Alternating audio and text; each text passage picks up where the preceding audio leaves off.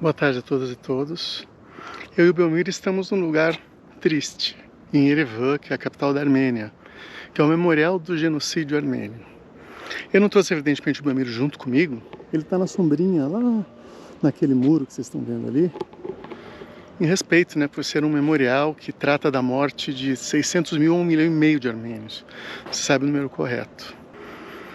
A maior parte das pessoas não sabe, mas o genocídio que ocorreu na Segunda Guerra Mundial contra soviéticos e judeus, o Holocausto judeu é muito conhecido, não foi o primeiro do século XX.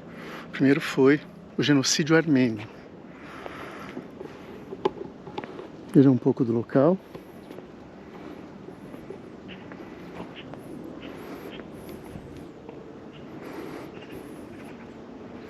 Local muito bonito e emotivo, por motivos óbvios.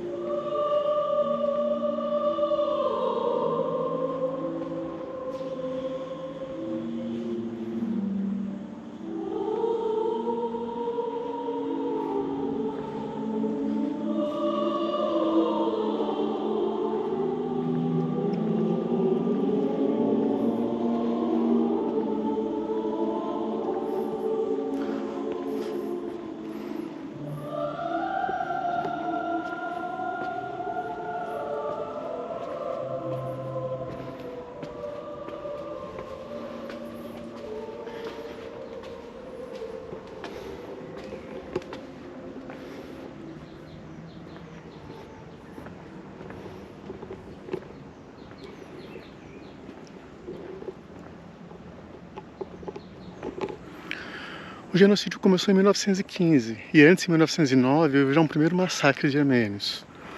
Em 1915, 24 de abril, que é a data de lembrança do genocídio dos armênios, 250 intelectuais armênios que moravam em Istambul foram presos e executados. Você me pergunta, mas por quê? Porque o nacionalismo, essa ideia de patriotismo, era, de certa forma, teorizada por esses intelectuais, que eram considerados como as pessoas que estavam insuflando a população para que ela separasse a Armênia do Império Otomano. O Império Otomano tinha sede em Istambul, era um império que chegou a ser poderosíssimo, mas nesse momento da história já estava bem decadente, e os armênios queriam a independência. Então, na época, o imperador da Armênia, ele mandou então que esses intelectuais fossem presos e executados. Estava acontecendo na época a Primeira Guerra Mundial, e os armênios eram acusados de colaborar com os russos. Havia combates entre otomanos e russos. E os armênios estavam realmente colaborando com os russos, porque eles queriam a independência. Então, o genocídio começou em 1915. Como é que as pessoas foram mortas? As pessoas foram mortas das maneiras mais cruéis possíveis. Ocorreram injeções letais em crianças. As marchas da morte mataram centenas de milhares de mulheres e crianças. E muitos homens eram falsamente alistados para o exército otomano e eram depois assassinados. Eles eram colocados quase sempre em batalhões de trabalho, porque os otomanos não confiavam neles para lutar no fronte. E depois de abrirem estradas, construírem trincheiras, etc., eles eram sumariamente executados. Qual o objetivo dos otomanos? Ficar com a terra, ficar com todas essas áreas, e infelizmente eles acabaram ficando com elas. Então a região oeste da Turquia, Kars, que chegou a ser russa, Erzurum, Van. Na semana passada eu visitei o lago de Sevan. Sevan e Van eram os dois lagos símbolo da Armênia. Hoje o lago Van fica na Turquia. Então o genocídio acabou sendo vantajoso, né, para os turcos. O genocídio armênio ainda é polêmico por conta de uma forte pressão da Turquia. Somente 29 países reconhecem o genocídio, entre eles, felizmente, o Brasil. Há provas e mais provas que o genocídio ocorreu, mas a Turquia ainda nega. Então a gente tem relatos de pessoas de N países, documentação da Turquia. A Turquia chegou a aprovar uma lei de Terci, se não me engano, coloco na legenda depois, expropriando os bens dos armênios. Então os armênios eram mortos e os bens deles eram passados para o governo turco.